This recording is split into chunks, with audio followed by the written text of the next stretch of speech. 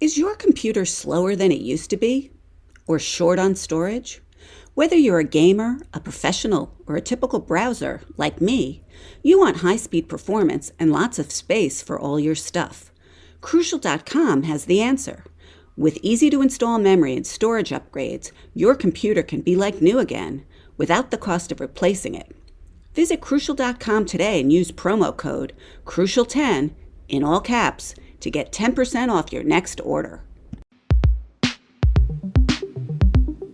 This is Scientific American's 60-Second Science. I'm Karen Hopkin. It's great to have friends, especially if you're an Indo-Pacific bottlenose dolphin, because new research shows that the males who were the most popular with the lads are also the most successful with the ladies. Researchers describe how these affable marine mammals maintain and leverage their complex social connections in a pair of papers in the journal Current Biology. Male dolphins form lifelong cooperative relationships. Stephanie King of the University of Bristol. She's been studying the dolphin population that inhabits Shark Bay, a UNESCO World Heritage Site off the coast of Western Australia. By studying populations like the Shark Bay dolphins for many years, we start to see the complex ways that they maintain their important social relationships. These connections are more than just casual acquaintanceships.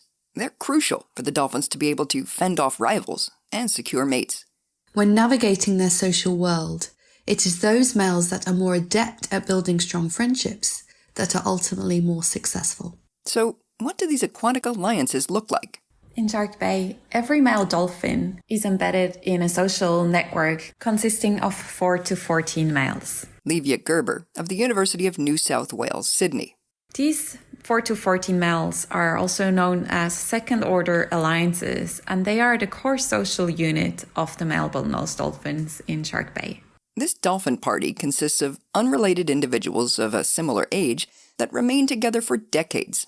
Now, when one of these dolphins is looking for love, he'll select one or two wingmen, or maybe fin pals, from this larger posse to help him find a fertile female.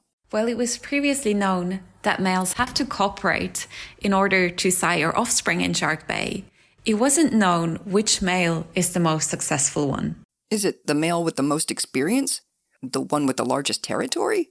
Or is there something about the bromance that holds the key to reproductive success?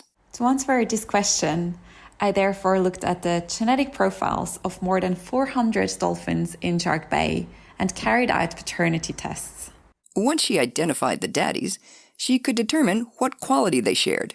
I was quite surprised by the results because they were contrasting to so many other species, where the oldest males sire most offspring or the males with the largest territories. As opposed to what we see in these other species, male bottlenose dolphins that have the strongest social bonds and multiple strong social bonds, so the most popular males, sire most offspring.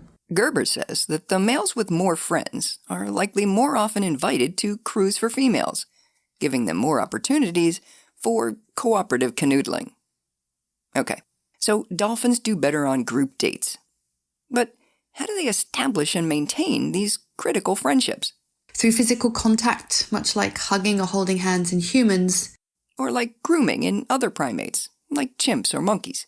Where individuals will devote a lot of time and energy into grooming their closest friends to strengthen those relationships. Emma Shreskin of the University of Bristol. She says the problem with all this physical interaction is there's only so many hours in a day.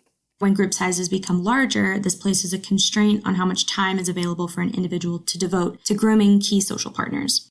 Enter the social bonding hypothesis. In this hypothesis, vocal exchanges can serve as a replacement for grooming to maintain social bonds. Like us chatting regularly with our circle of friends. For dolphins, those chats take the form of exchanging signature whistles. A signature whistle is a vocalization completely unique to each dolphin that functions much like a human name. That was Kooks, a member of the Alley Cat Alliance. And that's his pal Pimento. So when they use their signature whistle, they're advertising their identity to those around them as a way to maintain group cohesion. So Shreskin set out to determine which dolphins were getting physical and which were more or less phoning it in. The results were surprising. I had anticipated that the way dolphins use their signature whistles would be akin to how primates do. For apes and monkeys, chit-chat is more common between besties. But for dolphins? When we look at just that core alliance group, we see that increased vocal exchanges occur between those with weaker social bonds. So while we do observe that vocal exchanges are indeed occurring between friends rather than strangers, they're occurring between distant friends rather than best friends.